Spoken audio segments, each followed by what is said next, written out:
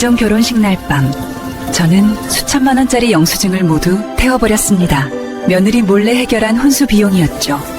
들키는 순간 사랑이 아니라 빚이 될 테니까요. 사람들은 나를 보고 하나같이 입을 모았다. 전생에 나라를 구했느냐고, 아니면 3대가 덕을 쌓은 게 분명하다고. 어머, 준호 엄마는 좋겠어. 요즘 세상에 아들이 장가간다는 것만 해도 감지덕지인데 며느리 될 아가씨가 그렇게 참하다면서? 그러게 말이야.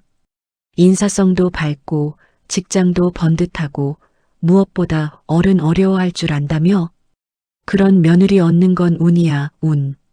지인들의 호들갑 섞인 칭찬이 쏟아질 때마다 나는 그저 옅은 미소를 지어 보일 뿐이었다. 긍정도 부정도 하지 않는 그 애매한 미소 뒤로 나는 씁쓸한 찬물을 삼키듯 속말을 삼켰다. 운이라고? 아니, 이건 운 따위가 아니다. 사람과 사람이 만나는 일이 복권 당첨처럼 운수로 결정될 리가 있나? 이건 인연이고 그 인연을 지키기 위해 누군가는 보이지 않는 곳에서 치열하게 싸워야 하는 전쟁 같은 것이다. 나는 그 전쟁의 최전선에서 기꺼이 악역을 맡기로 결심한 참이었다. 처음 서윤이를 만났던 날은 유난히 봄바람이 차가웠던 3월의 어느 오후였다. 아들 준호가 잔뜩 들뜬 얼굴로 데려온 아가씨. 서윤이는 마치 깨지기 쉬운 유리 인형처럼 조심스럽게 내 앞에 앉았다. 안녕하세요, 어머님. 이서윤이라고 합니다. 단정한 옷차림, 흐트러짐 없는 자세, 그리고 입꼬리만 살짝 올린 교과서적인 미소. 나는 그 아이의 인사를 받으며 생각했다. 아가씨라고 부르기엔 너무 멀고 우리 서윤이라고 부르기엔 너무 섣부르다고. 우리는 아직 가족이라기엔 어색하고 남이라기엔 너무 깊숙이 발을 들여놓은 딱 그 정도의 경계선에 서 있었다. 나는 일부러 한 발짝 뒤로 물러섰다. 살갑게 손을 잡거나 딸갔다며 호들갑을 떨지 않았다. 준호는 그런 내가 답답했는지 옆구리를 쿡 찌르며 눈치를 줬다.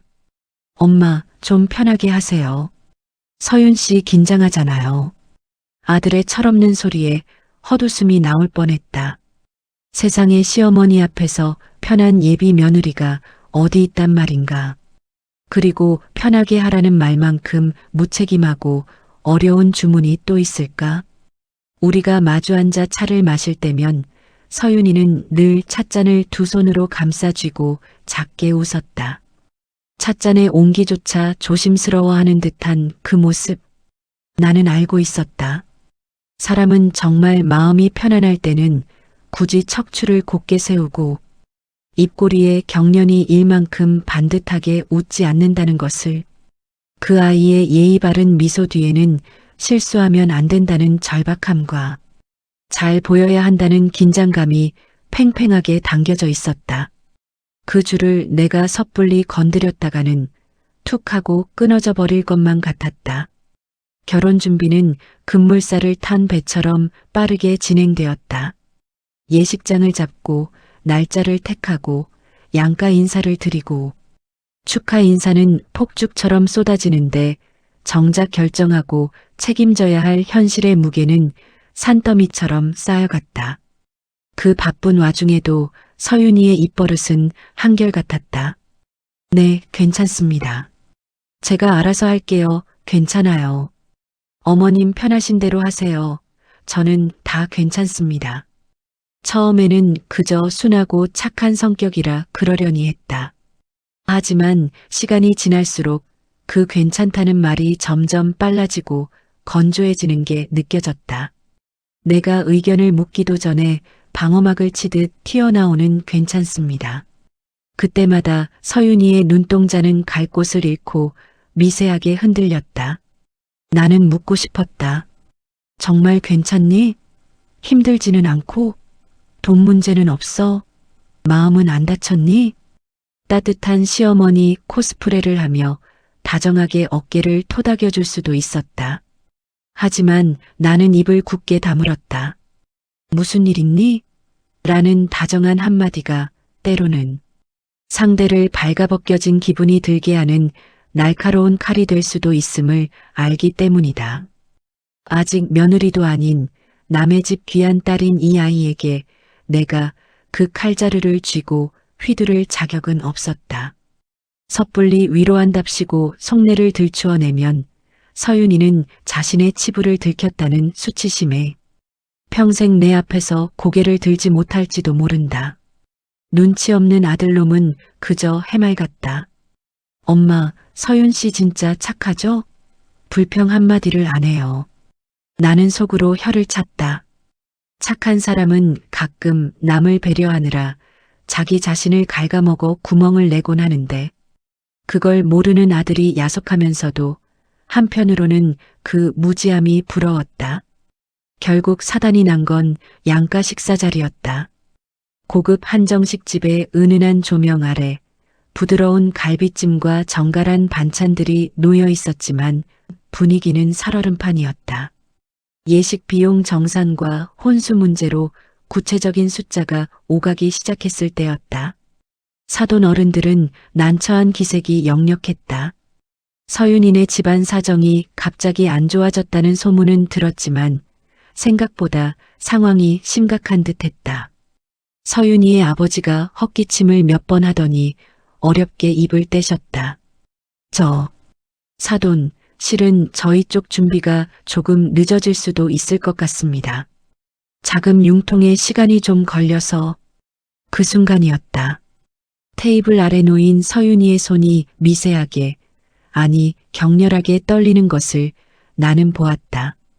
하얗게 질린 손가락끼리 서로 꽉 쥐고 있는데도 떨림은 멈추지 않았다.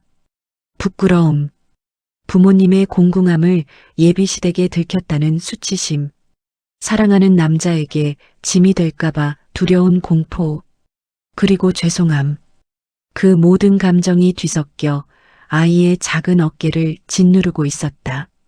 서윤이는 고개조차 들지 못한 채 입술을 깨물고 있었다. 순간 내 가슴 속에서도 뜨거운 무언가가 울컥 치솟았다. 당장이라도 테이블을 박차고 일어나 서윤이의 손을 잡아주고 싶었다. 아이고 사돈, 돈이 무슨 문제입니까? 우리가 다 알아서 할 테니 걱정 마세요. 우리 며느리 마음 편한 게 제일이죠. 라고 호탕하게 소리치고 싶었다. 드라마에 나오는 돈 많은 시어머니처럼 멋지게 해결해주고 싶었다. 하지만 나는 0.1초 만에 그 충동을 억눌렀다. 그리고 내 인생에서 가장 차가운 가면을 썼다. 나는 젓가락을 내려놓으며 딱딱한 목소리로 말했다. 그럼 날짜를 조정하겠습니다. 좌중이 찬물을 끼얹은 듯 조용해졌다. 사돈 어른들의 얼굴이 붉어졌다. 아들 준호는 엄마 하며 나를 쳐다봤다. 서윤이는 놀란 눈으로 나를 바라봤다. 그 눈빛에는 원망보다는 절망이 담겨 있었다. 사돈 어른이 당황하며 수습하려 했다. 아니, 뭐 날짜까지 바꿀 건 아니고 조금만 기다려주시면. 아닙니다. 무리해서 진행하는 건 원치 않습니다. 준비가 안 되었으면 미루는 게 맞습니다. 순리대로 하죠. 내 목소리는 서늘할 만큼 단호했다. 사돈 어른들도 아들도 나를 보며 너무 계산적이다. 피도 눈물도 없다는 눈빛을 보냈다. 오해의 싹이 독버섯처럼 피어오르는 걸 느끼면서도 나는 굳이 덧붙여 설명하지 않았다. 지금 내가 여기서 따뜻한 척 괜찮다. 돈은 우리가 내겠다고 말해버리면 어떻게 될까? 그 순간 서윤이는 안도할지 모른다.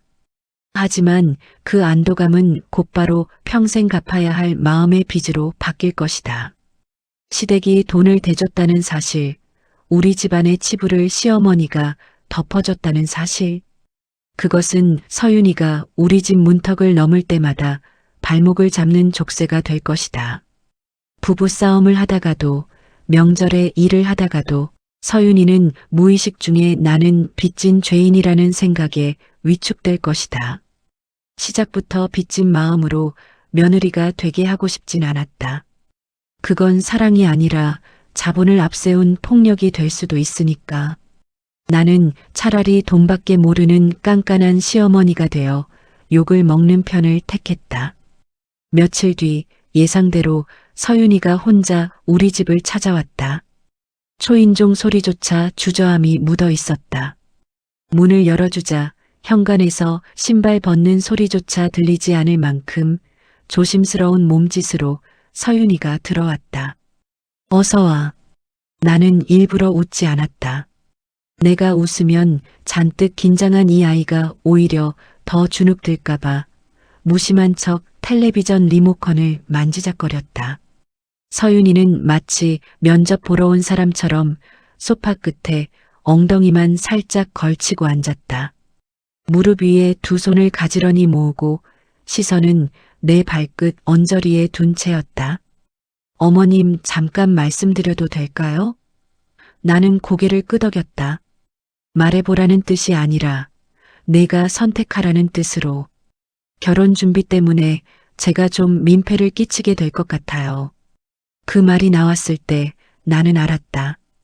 이 아이는 지금 고민 상담을 하러 온 게 아니라 용서를 구하거나 파혼을 허락받으러 온 것이란 걸. 저희 집 사정이 조금 복잡해져서요. 준호 씨랑 상의는 해봤는데 아무래도 날짜나 진행을 다시 생각해야 할 수도. 아니, 어쩌면.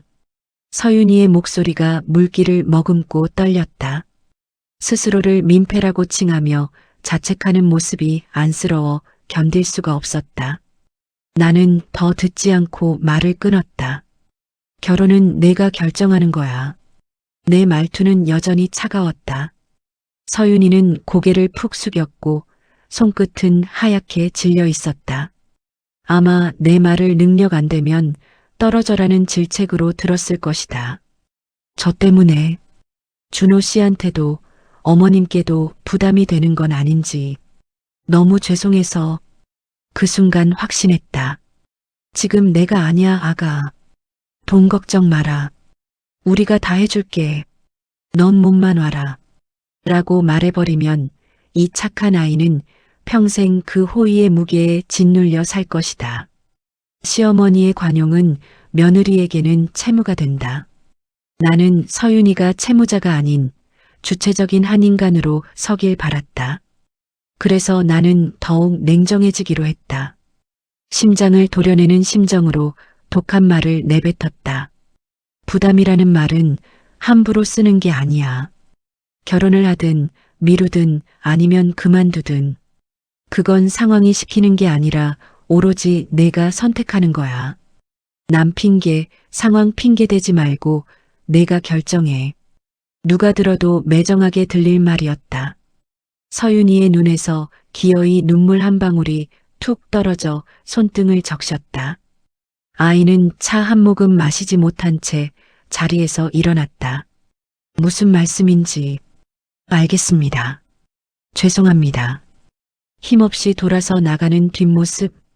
닫히는 현관문 소리가 내 가슴을 쿵 하고 때리는 것 같았다. 당장이라도 문을 열고 뛰어나가. 아냐. 그런 뜻이 아니야. 내가 다 도와줄게. 라고 소리치며 안아주고 싶었다. 하지만 나는 소파에 깊숙이 몸을 파묻고 눈을 감았다. 내 손은 덜덜 떨리고 있었다. 그날 저녁 퇴근한 아들에게서 전화가 왔다. 목소리에 잔뜩 날이 서 있었다. 엄마, 서윤이 오늘 엄마 만나고 와서 많이 힘들어해요. 엄마가 너무 선 긋는 것 같아서 무섭대요. 어떻게 오자마자 그렇게 차갑게 보내실 수가 있어요? 아들의 원망 섞인 타박에 가슴이 아렸지만 나는 덤덤하게 대꾸했다. 그 아이 인생이야. 엄마가 대신 결정해 줄 수 없어. 징징거리지 말고 너희끼리 잘 상의해. 엄마 진짜 너무하시네. 전화가 뚝 끊겼다. 적막한 거실에 혼자 남은 나는 식탁에 앉아 한참을 멍하니 있었다. 나쁜 시어머니. 그래, 그거면 됐다. 잠시 후 나는 조용히 휴대폰을 들었다. 아들이 아닌 서윤이의 아버지 사돈 어른에게 전화를 걸었다. 신호음이 몇 번 가기도 전에 조심스러운 목소리가 들려왔다. 여보세요. 사돈. 네, 사돈 어른. 밤늦게 실례합니다. 나는 숨을 한번 고르고 본론을 꺼냈다. 결혼 준비 자금 문제 말입니다. 예식장 잔금이랑 신혼여행 비용, 그리고 문제가 되신다는 전세 자금 부족분. 제가 처리하겠습니다.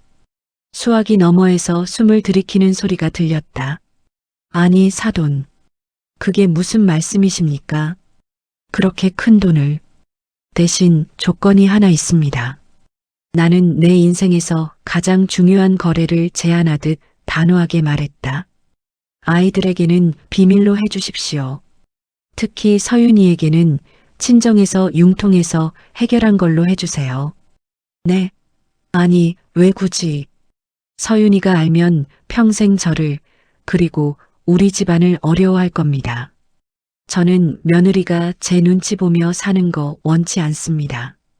그냥 사돈 댁에서 잘 해결된 걸로 그렇게 해주십시오. 상대방은 당황하며 감사와 사과를 반복했지만 나는 말을 잘랐다. 아이만 흔들리지 않았으면 합니다. 그게 전부입니다. 계좌번호 보내주세요. 전화를 끊고 나서야 참았던 긴 숨을 토해냈다. 이건 도움이 아니었다. 내가 대신 짊어지는 짐이었다. 그리고 이 짐의 무게는 결코 서윤이가 알아서는 안 되는 것이었다. 알게 되는 순간 그것은 짐이 되어 서윤이의 어깨로 옮겨갈 테니까. 통장 잔고가 비어가겠지만 내 마음은 이상하게도 꽉 차오르는 것 같았다. 결혼식 날이 밝았다. 신부 대기실, 새하얀 드레스를 입은 서윤이가 앉아 있었다. 화려한 조명 아래서 빛나는 그 모습이 눈부시게 아름다웠다. 하지만 그 얼굴에는 여전히 긴장감이 서려 있었다. 아마도 친정 아버지가 어떻게 돈을 구했는지, 혹시 무리하신 건 아닌지 걱정하고 있겠지. 내가 들어서자 서윤이가 벌떡 일어나려 했다. 나는 손을 들어 제지했다. 앉아 있어. 드레스 구겨진다. 어머님, 와주셔서 감사합니다. 서윤이의 눈이 그렁그렁했다. 울지 않으려 애쓰는 그 얼굴이 안쓰러워 나는 아무런 칭찬도 따뜻한 말도 할 수 없었다. 여기서 예쁘다, 고생했다 한마디라도 건네면 저 팽팽한 긴장의 끈이 툭 끊어져 펑펑 울어버릴 것만 같아서 정신없이 하객을 맞이하던 중 식장으로 입장하기 직전 서윤이가 내 손을 아주 잠깐 잡았다 놓았다. 차갑고 축축한 손이었다. 어머님, 잘 살겠습니다. 떨리는 목소리였다. 나는 그 손을 맞잡지 않았다. 대신 가볍게 고개만 끄덕였다. 붙잡아 이끄는 손이 아니라 그저 묵묵히 기다려주는 손으로 남고 싶었다. 서윤이가 누구의 도움도 아닌 스스로 숨을 고르고 제 발로 버질로들을 걸어나갈 수 있도록 사람들이 나를 차갑다고 해도 상관없었다. 뒤에서 수군거려도 괜찮았다. 내가 서윤이를 밀어낸 건 사랑이 없어서가 아니었다. 오히려 그 반대였다. 내가 먼저 손을 내밀어 끌어주면 이 아이는 평생 시어머니 덕분에 남편 덕분에 살았다는 꼬리표를 달게 될 것이다. 나는 서윤이가 내 힘으로 위기를 넘겼다. 우리 집안이 해결했다는 자부심을 갖길 바랐다. 그 작은 자부심 하나가 앞으로의 결혼 생활에서 얼마나 큰 버팀목이 되는지 나는 너무나 잘 알고 있었으니까. 고맙다는 인사를 듣는 대신 아이의 마음속 미안함을 지워주고 싶었다. 앞에서 생색내며 끌어주는 사람이 아니라 뒤에서 아무도 모르게 조용히 돌을 치워주는 어른. 그게 내가 선택한 사랑 방식이었다. 결혼식장에 들어서는 그 순간만큼은 이 아이가 그 어떤 마음의 짐도 빛도 없이 세상에서 가장 가볍고 빛나는 존재이길 바랐으니까. 식이 무사히 끝나고 아이들은 신혼여행을 떠났다. 북적이던 집안은 다시 고요해졌다. 나는 샤워를 하고 편한 옷으로 갈아입은 뒤 서랍 깊숙이 넣어둔 봉투 하나를 꺼냈다. 결혼 준비 내내 내가 몰래 처리했던 영수증들, 이체 확인증, 계약서들이었다. 이 종이 쪼가리들이 세상에 남는 한 언제든 진실은 튀어나올 수 있다. 나는 주방으로 가서 스테인리스 볼을 꺼냈다. 그리고 라이터를 켰다. 치익 하는 소리와 함께 종이 끝에 불이 붙었다. 타닥타닥 타들어가는 불꽃을 보며 나는 생각했다. 이것은 서윤이의 빚을 태우는 의식이자 나의 생색을 태우는 의식이다. 제가 되어 사라지는 종이들을 보며 나는 비로소 웃을 수 있었다. 이 사실이 알려지는 순간 이건 사랑이 아니라 권력이 되어버릴 테니까. 나는 며느리 위에 군림하는 권력자가 되고 싶지 않았다. 그날 밤 시차 때문에 잠 못 들었을 아들에게서 다시 전화가 왔다. 엄마, 잘 도착했어요. 그래, 피곤하진 않고? 엄마, 아까 서윤이가 그러더라고요. 식장 들어갈 때 엄마 눈을 봤는데 엄청 무서웠는데 이상하게 든든했대요. 엄마는 빈말 안 하는 사람이니까 엄마가 아무 말 안 했다는 건 진짜로 다 괜찮다는 뜻 같아서 마음이 놓였대요. 그 말이면 충분했다. 내 차가움이 아이에게는 단단한 땅이 되었구나. 내 침묵이 아이에게는 안도가 되었구나. 나는 수화기를 든 채 소리 없이 웃었다. 눈가가 조금 시큰거렸다. 나는 아직 서윤이에게 살가운 친구 같은 시어머니는 아닐지 모른다. 앞으로도 툭하면 잔소리하고 무뚝뚝하게 굴지도 모른다. 하지만 이제는 안다.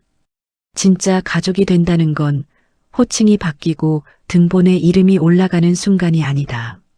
아무도 모르게 상대방의 자존심을 지켜주기 위해 기꺼이 나의 다정함을 포기하는 순간, 생색내고 싶은 욕망을 꾹 누르고 조용히 누군가의 그림자가 되어주는 순간이라는 것을, 아직 며느리라는 이름이 낯선 아이였지만 그 아이를 지켜야 할 이유는 처음부터 너무나 분명했으니까.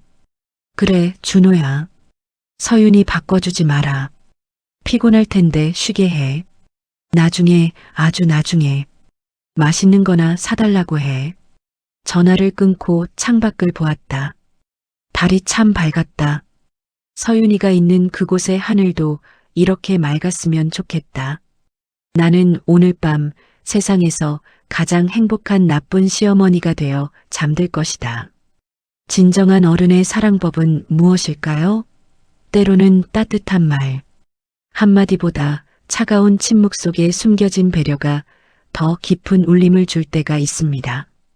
주인공 시어머니의 차가운 가면은 며느리가 스스로의 힘으로 인생을 걸어갈 수 있도록 지켜주고 싶은 가장 뜨거운 사랑의 표현이 아니었을까요?